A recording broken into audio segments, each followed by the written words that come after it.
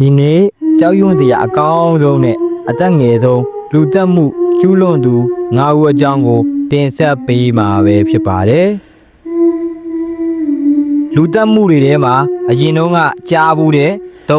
40 50ကျော်အသက်အရွယ် serial killer တွေဟာထူးဆန်းခြင်းလုံးဝမရှိတော့ပါဘူးဒါပေမဲ့အသက်10နှစ်12နှစ်13နှစ်တောင်မပြည့်သေးတဲ့ကလေးတွေကလူတက်မှုတွေကိုကျူးလွန်နိုင်ပါသလားတင်မြုံနိုင်လောက်တဲ့လူသက်မှုတွေတန်တရားတွေနဲ့တလုံးစရာဖြစ်ရက်တွေကိုဒီနေ့ကျွန်တော် channel မှာတင်ဆက်ပေးသွားမှာပဲဖြစ်ပါတယ်ဒီအစီအစဉ်လေးမစတင်ခင်မှာ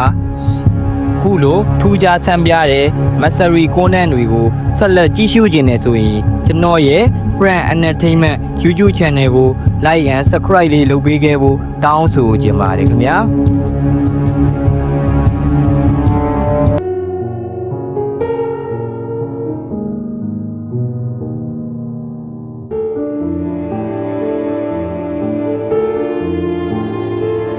1968ခုနှစ်ဂီဒိန်နိုင်ငံအတွင်းမှာမယ်ရီဘဲဆိုတဲ့17နှစ်အရွယ်အင်္ဂလိပ်အမျိုးသမီးငယ်လေးတစ်ယောက်က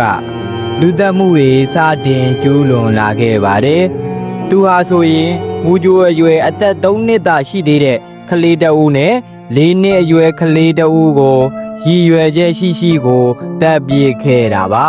။သူမဟာမတက်ခင်မှာလဲဖျားယောင်းသွေးဆောင်ပြီးလေဘင်းကိုနှိမ့်နယ်ပေးမယ်ပြောပြီးတော့လေဘင်းကိုညှစ်တက်ခဲ့တာပဲဖြစ်ပါတယ်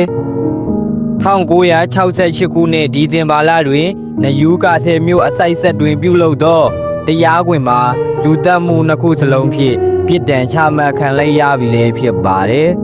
သူမသည်တိတိရဲ့ကျူးလွန်ခဲ့တာမလို့တရားရုံးကလူသက်မှုအဖြစ်အမိန့်ချမှတ်လိုက်တာလည်းဖြစ်ပါတယ်အမိန့်မချမှတ်ခင်မှာသူမကိုစမ်းသပ်စစ်ဆေးမှုတွေပြုလုပ်ခဲ့ပါသေးတယ်။စိတ်ရောဂါဆိုင်ရာချို့တဲ့နေတဲ့သူမကိုဗီဒီယိအသက်ငယ်သောအမျိုးသမီးလူသက်သမားအဖြစ်သတ်မှတ်လိုက်ကြတာပါ။